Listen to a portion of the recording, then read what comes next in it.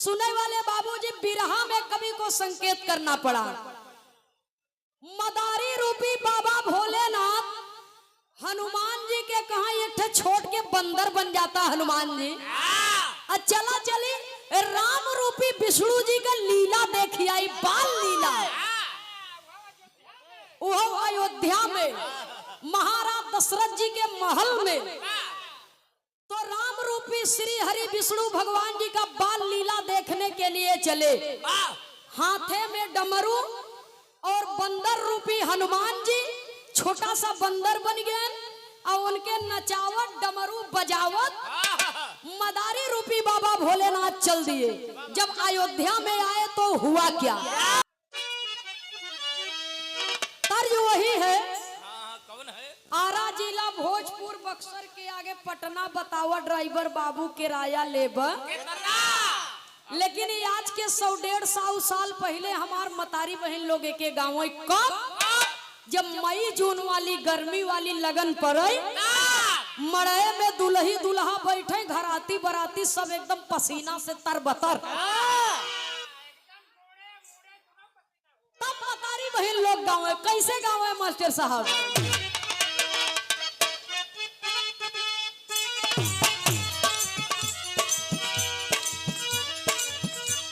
सास बोले करुई बोले,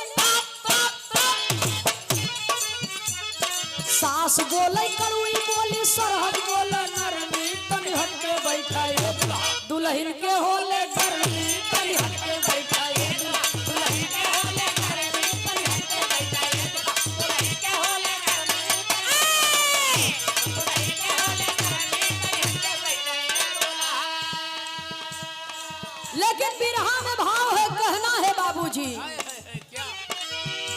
मदारी रूपी बाबा भोलेनाथ कहते हैं, आवा भाई खेल देखिए,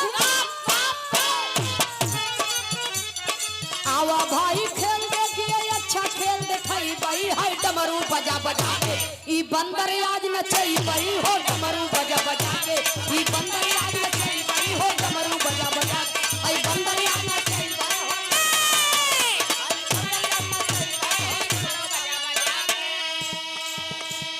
नर और नारी आवा बूढ़ावा जवान,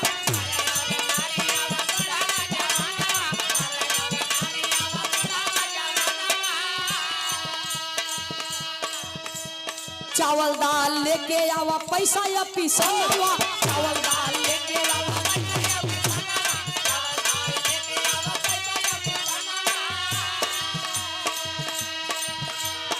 हमरे नाही खेती बाड़ी, हमरे नाही खेती बाड़ी, इहे कमाई खाई बई है डमरू बजा बजा, ई बंदर आज नचई बई है डमरू बजा बजा।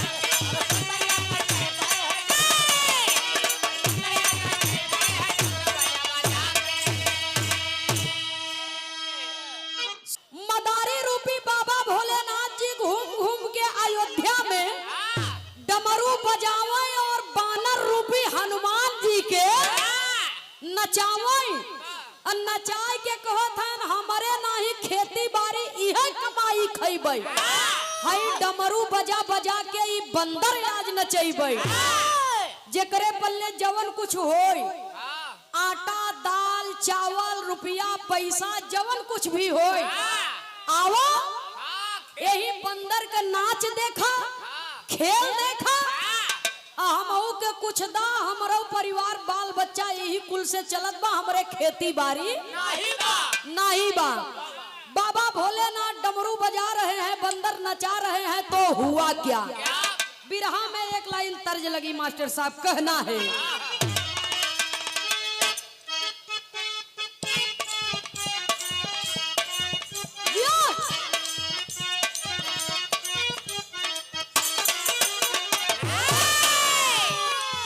लागली बजरिया गमपुर हो, हीरा रतन विकास, लागली बजरिया गमपुर हो, हीरा रतन विकास, लागली बजरिया गमपुर हो, हीरा रतन विकास। संदेश बिरहा का विषयांतर न हो। सुने वाले बाबूजी कह चतुर चतुर करे सौदा न हो मूर्ख खड़ा पछताए। लेकिन बिरहा में कवि जी लिखते हैं बाबूजी इतना बढ़िया डमरू बाबा भोलेनाथ बजावत है, इतना बढ़िया डमरू बजाए कि नाच देखे वाले खेल देखे वालन के श्रोता लोगन के मनवे मुग्ध होई। और डमरू का आवाज पहुंची कहाँ? महल में, महाराज दशरथ जी के महल में प्रभु राम के काने में। और जब पहुंचे था आवाज तो वो डमरू के आवाज पर भगवान के मनवे मोह गए। तो माई कौशल्या से कहत है अरे प्रभु बोले माता से बयानवा न हो सुना बतिया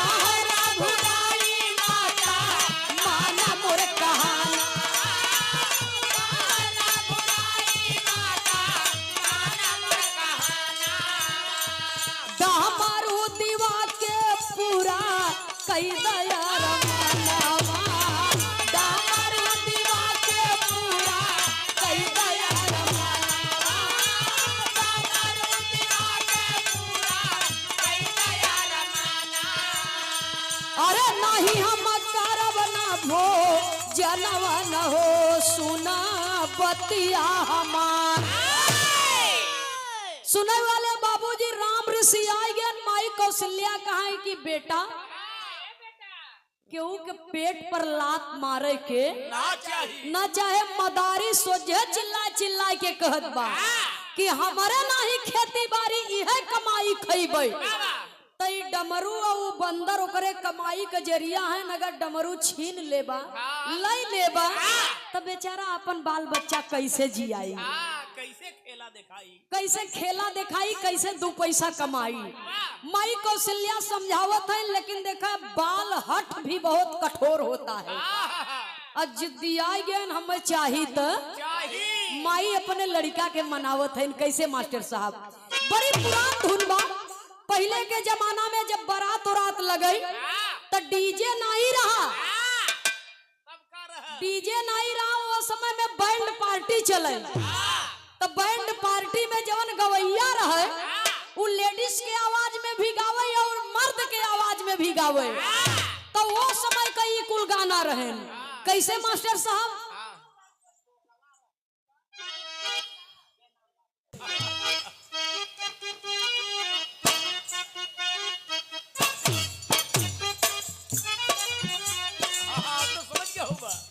ले जाएंगे दिल वाले दुल्हनिया ले जाएंगे, ले जाएंगे दिल वाले।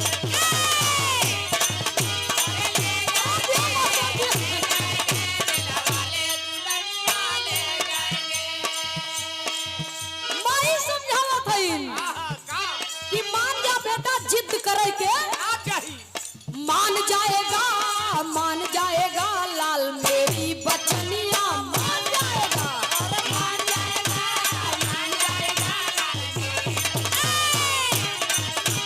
मान जाएगा, मान जाएगा लाल मेरी बचनिया मान जाएगा। छान जाएगा, छान जाएगा लाल पूरी चटनिया छान जाएगा, छान जाएगा, छान जाएगा लाल पूरी चटनिया छान जाएगा।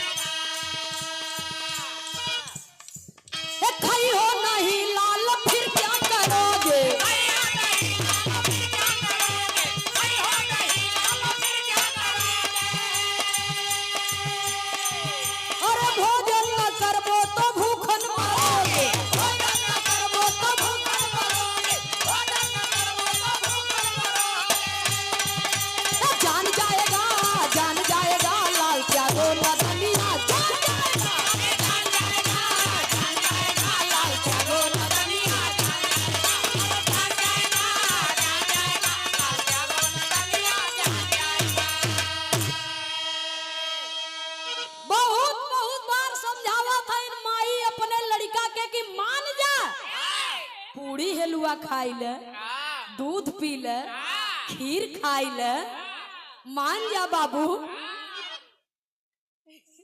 मान जा। कोई के रोजी रोटी छीने के ना चाहिए, लेकिन कहन हम लेब तो वह डमरू ले। अगर ना मिले तो न खाना खाब, न पानी पियब, न दूध पियब, न केहू से बोलबे।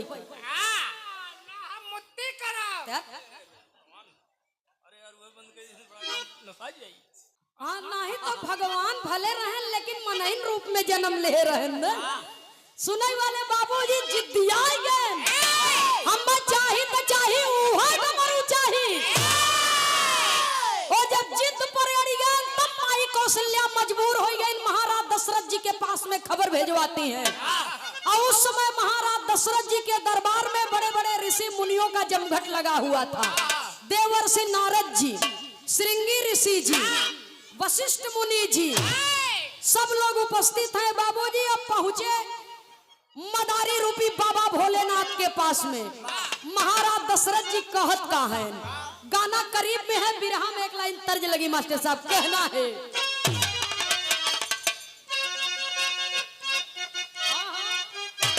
ओ तनी और पहले वाली बजावा, पहले वाली आन से तनी जानो सोच बजा दी बाहर।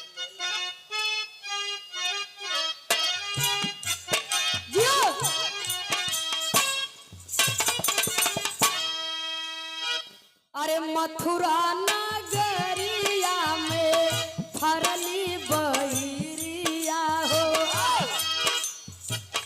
मथुरा नगरिया में फरली बहिरिया हो, राधा तोर डरिया हो नायन हो, मथुरा नगरिया में फरली बहिरिया हो, राधा तोर डरिया हो नायन, मथुरा नगरिया में फरली बहिरिया हो, राधा तोर डरिया हो नायन। चिखहु न पवलिन हो एक बहिरिया राधा, चिखहु न पवलिन हो श्याम दिहला बसिया बजाए हो, एक बहिरिया राधा, चिखहु न पवलिन हो श्याम दिहला बसिया बजाए हो।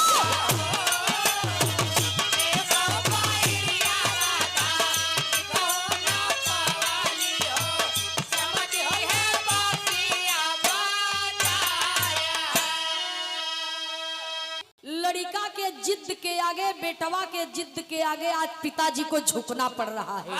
तो कहते क्या है, अरे बोले हैं दशरथ माँ दारी दा डमरू हो, बोले हैं दशरथ माँ दारी दा डमरू हो, देव की मतिया चुकाए हो, बोले हैं दशरथ माँ दारी दा डमरू हो, देव की मतिया चुकाए हो, बोले हैं दशरथ माँ दारी दा डमरू हो, देव की मतिया चुकाए हो। में बैठे ललनावा हो, भोजन कराई नहीं जाई हो। वाले बाबूजी महाराज दशरथ जी विनती करते हैं कि हमारे लड़का के जिद मान लो और डमरू थोड़ी देर के लिए आपन दई दे, कहा हमारा काज होई, थोड़ी देर के लिए दई दे, जितना देरी वो बजे ही उतना देरी में हम कुछ कमाई लेबै। चाहा जितना सोना चांदी चाहा हमसे ले ले। बाबा भोलेनाथ गुस्सा गए न, मारे गुस्सा में करत कहन कवि को उड़ान का भाव लिखना पड़ा।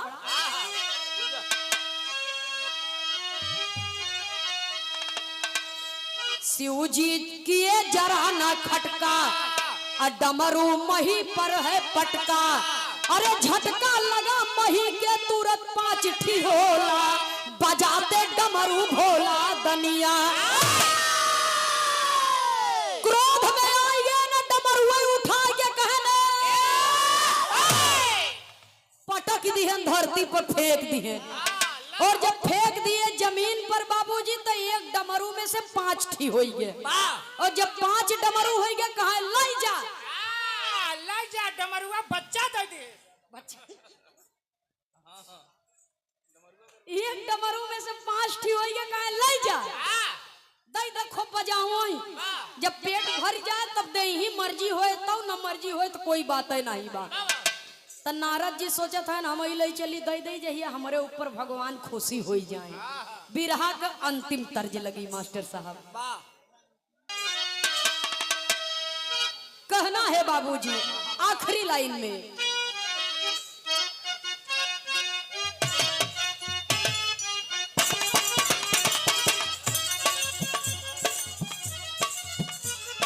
चलते मुसाफिर को मोहिलियो रे पिजरा वाली मुनिया। चलते मुसाफिर को मोहिलियो रे पिजरे वाले मुनिया। चलते मुसाफिर को मोहिलियो रे पिजरे वाली मुनिया। ₹1 का पुरस्कार। लेकिन गीत के अंदर कवि को लिखना पड़ा। कहना है क्या नारद जी हाथ लगाई दिए हो बने बाके दुल्हनिया।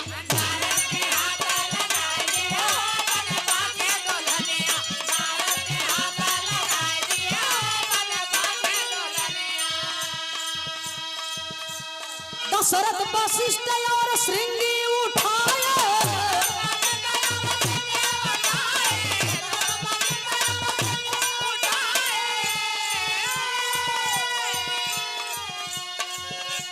छूतई नारी तन पाई गए हो बने बाकी दुल्हनिया।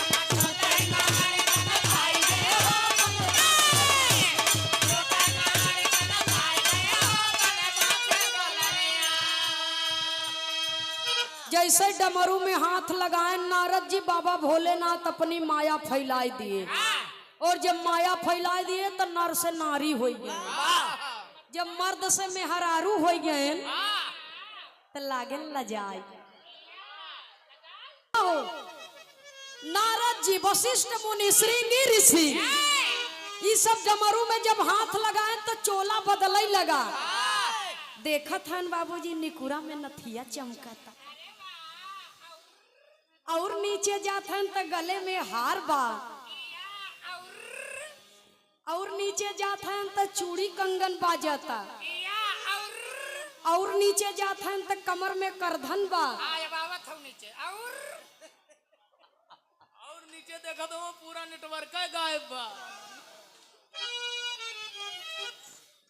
पूरा का पूरा कल पुर्जे चेंज हो गए।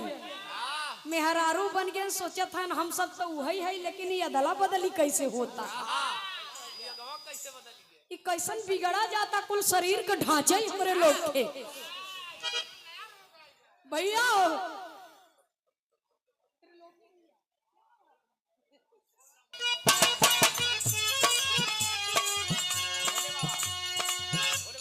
शिव के चरित्र लखी प्रभु सोच बनवा।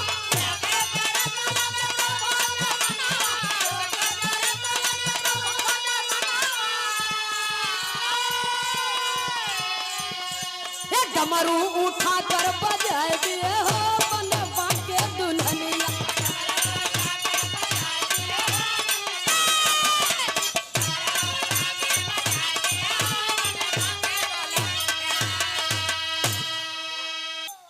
अरे ठीक हो भैया।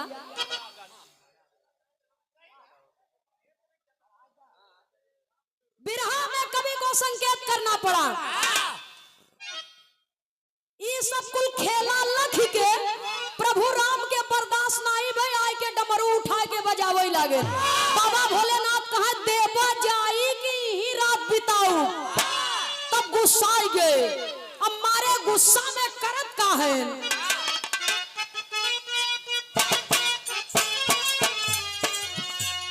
शिव के चरित्र लखी प्रभु सोचे मनवा।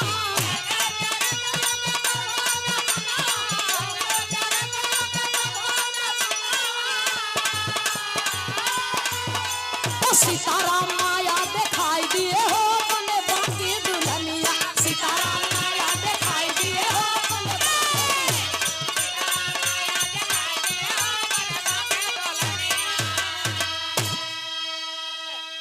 अंतिम निष्कर्ष बाबूजी, राम गुस्साई गयन उनहु उठाई के धरती पर डमरू पटक दिहन। इतना देरी से रिरकत रिरकत पौबौ भये तो इन्हें इतनी बड़ी जल्दी बा कि हमार शौक भी पूरा नहीं होए देते हैं। तो एक बेरी बाबा भोलेनाथ डमरू के खंड खंड कई दिहन तो 5 ठी हो गए और दोबारा से जब राम पटके वो डमरू के धरती पर फिर 5 ठी हो गए। कहीं हेमंत से जवन तोहार असली हो ओके लेके जा। तो जैसे डमरू में हाथ लगाए तो जब दो शक्तियों का मेल होता है तो अनोखा खेल होता है। तो श्रृंगी ऋषि वशिष्ठ मुनि नारद जी दशरथ जी तो मेहरारू बनई रहे और राम रूपी विष्णु जी जब कलाकारी कई दिहन तब भोलेनाथ मेहरारू बन गए। भोलेनाथ मेहरारू बन गए। कहा अब का हो तो जा करके सरयू नदी में स्नान किए, ओम नमः शिवाय का जाप कराए बाबूजी विद्वानों के कहने के अनुसार, और तब जाके अपन अपन रूप 5 जने पाए और अपनी माया को समेट लिए। बाबा भोलेनाथ डमरू उठाए और कैलाश पर्वत की ओर चल दिए। और जवन 9 ठी नकली डमरू बच गया रहा कि हमार भेष जे धारण करे वो भूखन न मरे, ओकर सम्मान ये दुनिया में होए। अब तक घरे घरे जैठे परानी हुन तैठे मोबाइल हो गया बा। नहीं पहले के जमाना में ज्यादा समय नहीं बीताबा, गांव हो चाहे शहर हो, मदारी लोग आवे गली गुचा गांव शहर में डमरू बजावे, बंदर बंदरिया के नचावे, खेला दिखावे। सुने वाले बाबूजी और डमरू बजावे और बम बम भोले का जयकारा लगावे। तो देखिए प्रभु की कृपा है, मालिक की माया, कहीं धूप कहीं छाया। तो सरयू नदी में स्नान कराए और 5 जने अपने अपने असली रूप में जब आए तो राम घाट की उत्पत्ति वहीं से हुई। आज भी जब भारत में लोग आते हैं तो तमाम तीर्थ स्थानों पर जाते हैं। प्रयाग हो गया, काशी हो गया, हरिद्वार हो गया, तमाम तीर्थ स्थानों पर जाते हैं। अयोध्या में भी जाते हैं तो सरयू नदी राम घाट पर स्नान करते हैं तो लोग कहते हैं कि आज हम कृतार्थ हो गए। तो हरि अनंत हरि अनंता आखिरी लाइन में खानदान के परिचय के साथ में कहना है। देखा मुलायम सिंह की ओर से तो है बदे।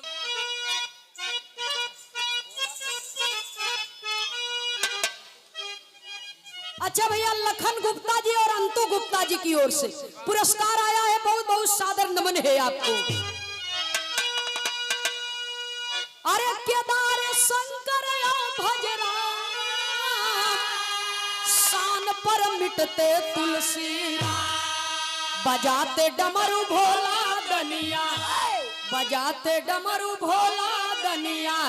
लिखे कवि शोभनाथ अरि चला घास तू छोला, बजाते डमरू भोला दनिया।